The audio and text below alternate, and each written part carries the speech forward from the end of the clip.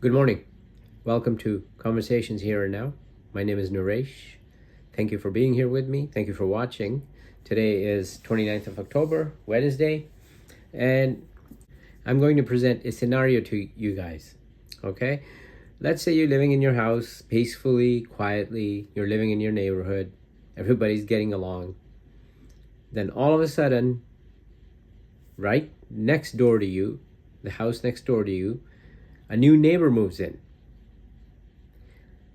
And even before moving in, that neighbor spreads the news that they're going to make life hell for you.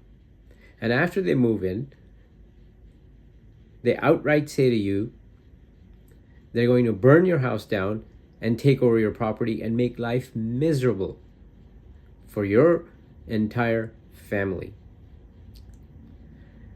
What would your reaction be? Would you go socializing with them? Would you drop by the house, their house, have fun with them, party with them? I don't think so. So that is where Canada and the US are at today. So there are people that are still visiting the US for holidays, for pleasure. It's understandable if you're going for a family emergency or some kind of a family get-together that you must attend,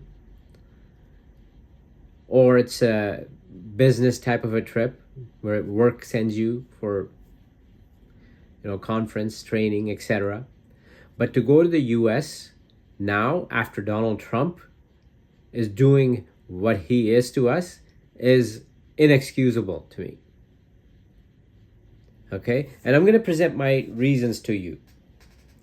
I know some people will agree with me, a lot of people will agree with me, but there will be some that will disagree with me. So here's my reason, okay? Why Canadians should reconsider visiting the United States after Trump's tariffs and attacks on Canada.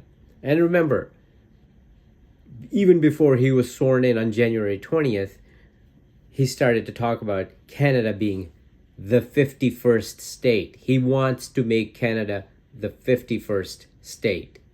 Okay? So, the reason we should reconsider visiting the United States: economic retaliation and national pride. Donald Trump openly targeted Canada with unfair tariffs on steel, aluminium, and other goods, falsely labeling Canada a national security threat. These actions weren't just policy decisions, they were direct economic attacks on Canadian workers and industries. So, ever since the day he was sworn in, he has attacked Canada relentlessly. And when he brought in his major tariffs, these are the things that he tariffed. Steel, aluminum, lumber, and other goods. This has caused us a lot of trouble. This has caused our labor force a lot of trouble. This has caused our businesses a lot of trouble. All right? And whenever he gets a chance, he always says Canada does not work on its own. It should be the US 51st state. And that's also the MAGA view as well, his supporters. So choosing not to spend tourism dollars in the US sends a powerful message. Canadians will not reward a country whose leadership has treated its closest ally as an enemy.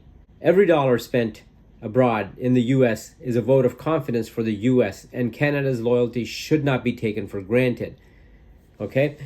I don't know how many of you are well aware that we have stood by the US in World War I, World War II, Korean War, Gulf War, Afghanistan War, okay?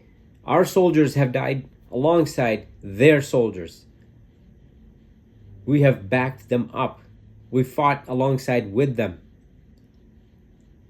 We have helped the US through all their natural disasters, whether it be hurricanes, floods, forest fires. Canada has always sent personnel down to help. So this kind of behavior to people, we are the closest ally to the United States. This kind of behavior is absolutely unacceptable.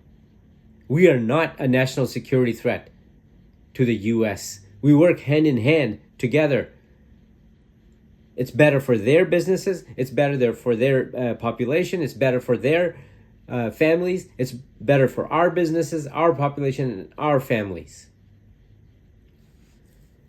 That was point number one. Point number two, standing up for Canadian workers. Trump's tariffs hurt Canadian manufacturing, agriculture, and resource sectors, threatening thousands of jobs. And it has affected thousands of jobs. Car manufacturing like GM and Stellantis have taken business out of Canada and gone to the US because of tariffs.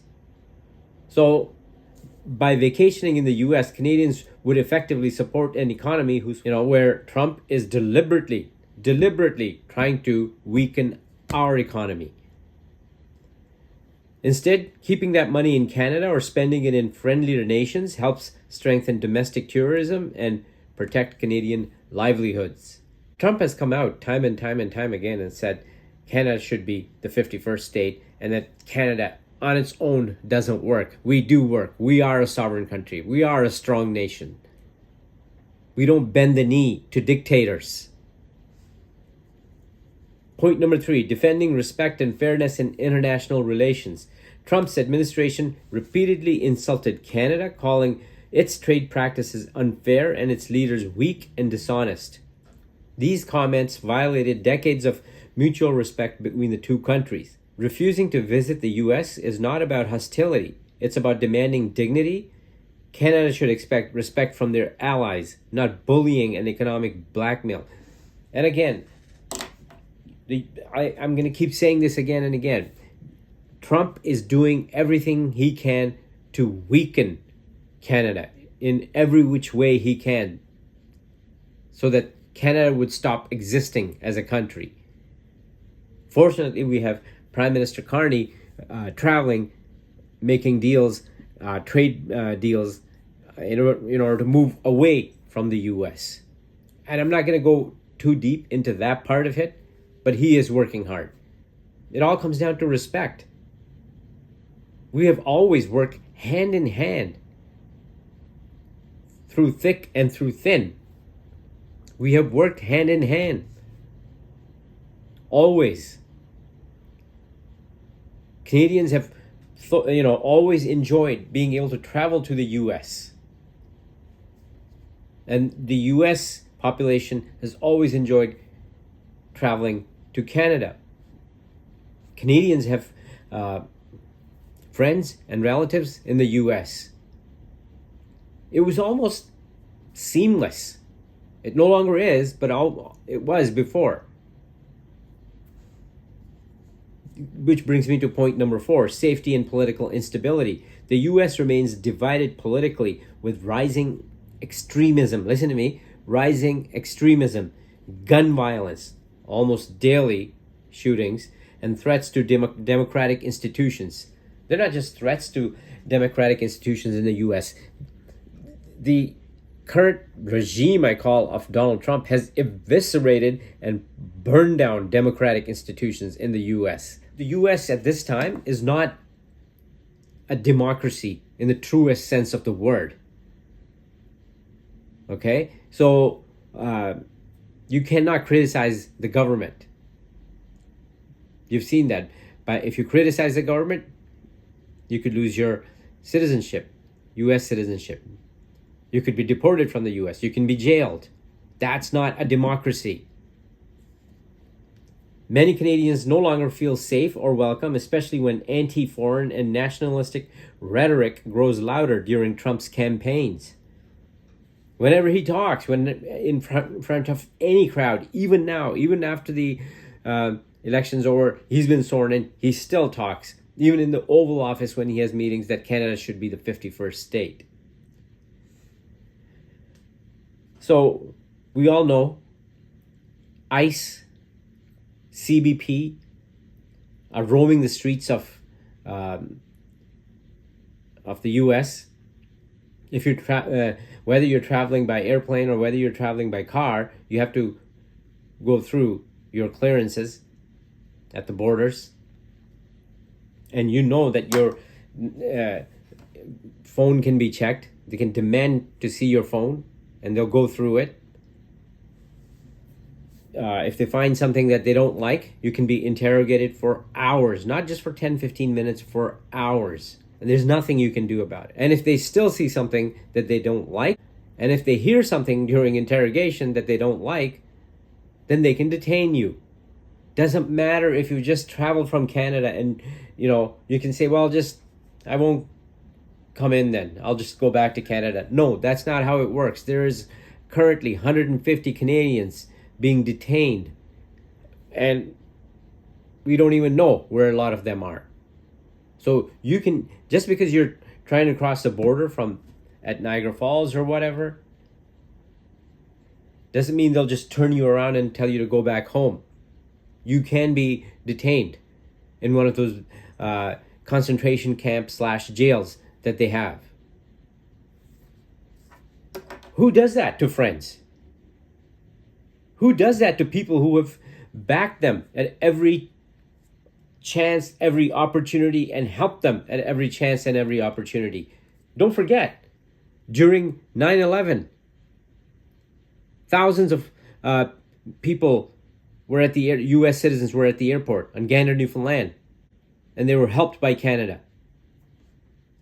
Supporting Canadian and global alternatives, Canada offers world-class destinations from the Rockies to the Maritimes, and friendly democratic countries like Japan, France, Australia, other myriad of countries welcome Canadian tourists with open arms.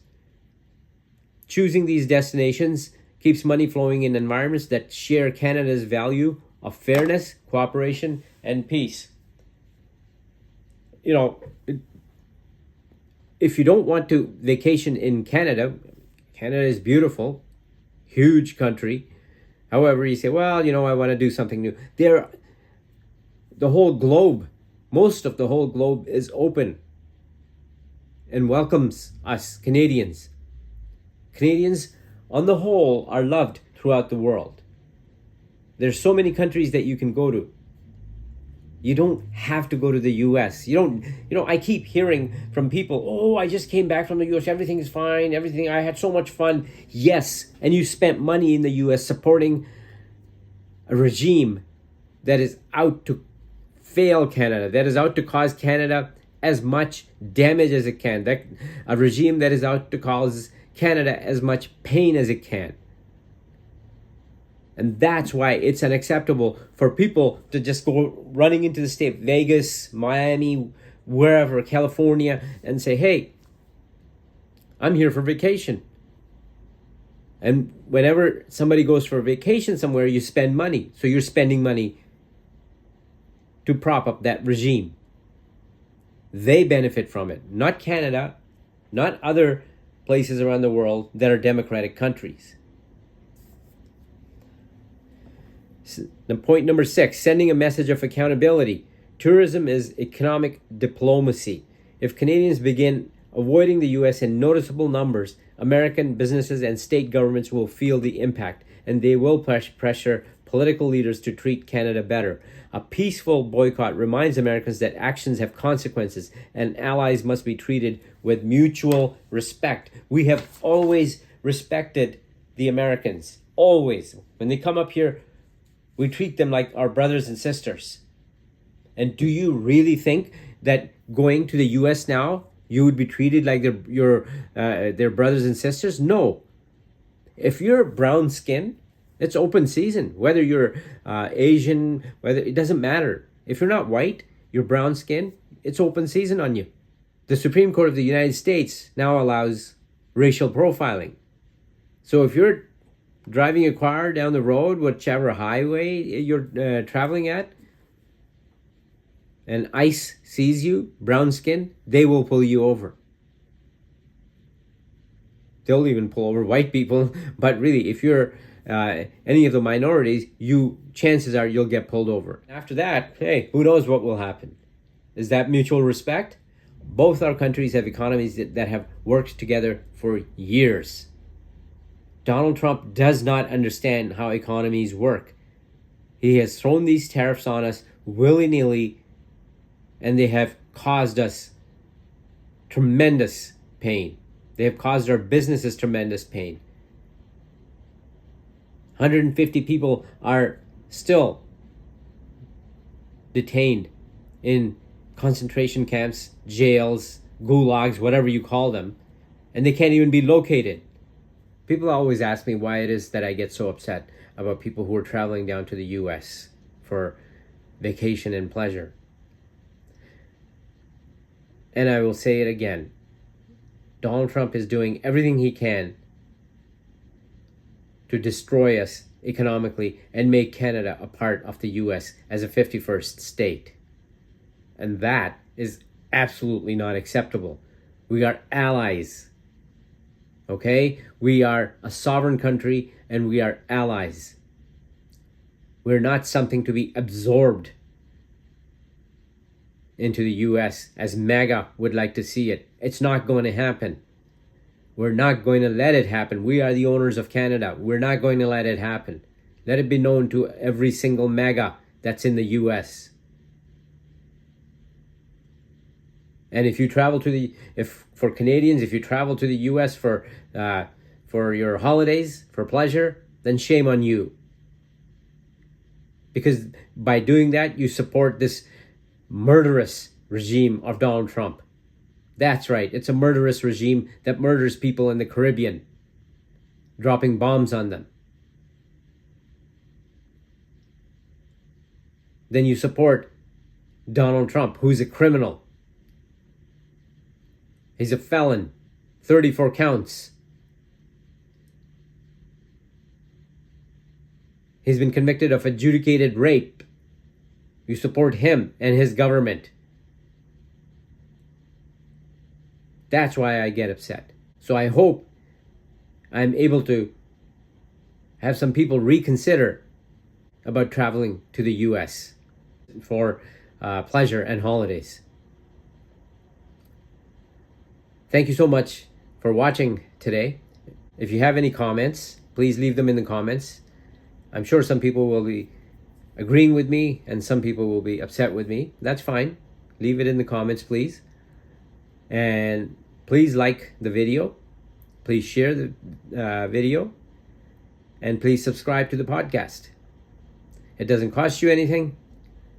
And it helps me out with the algorithms. Thank you so much. And I will see you next time.